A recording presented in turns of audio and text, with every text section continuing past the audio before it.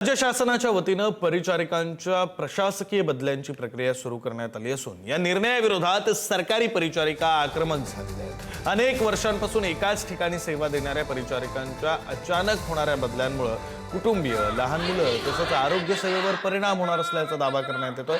आणि या पार्श्वभूमीवर आज गव्हर्नमेंट नर्सेस फेडरेशनच्या वतीनं संभाजीनगरच्या घाटी रुग्णालयात निदर्शनं करण्यात येत असून शासनानं हा निर्णय तात्काळ मागे घ्यावा अशी मागणी आंदोलनकर्त्यांकडून करण्यात येते।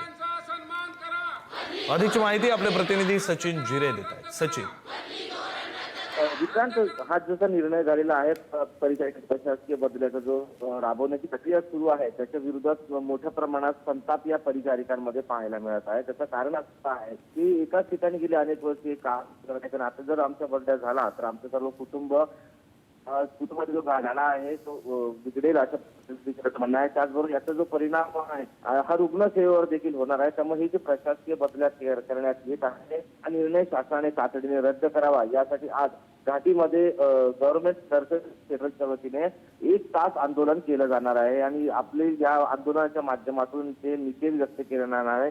आणि आता सध्या हे आंदोलन घाटी रुग्णालयामध्ये सुरू आहे। जवळपास 150 ते 200 ज्या नर्सेस आहे या सध्या आंदोलन करताना या ठिकाणी करत त्याची प्रमुख मागणी ही आहे त्याला तातडीने हा निर्णय शासनाने मागे घ्यावा, अन्यथा येत्या काळामध्ये यापेक्षाही तीव्र स्वरूपाचं आंदोलन राज्यभरात छेडू असा इशारा देखील या नर्सेस फेडरेशनच्या वतीने देण्यात आला आहे।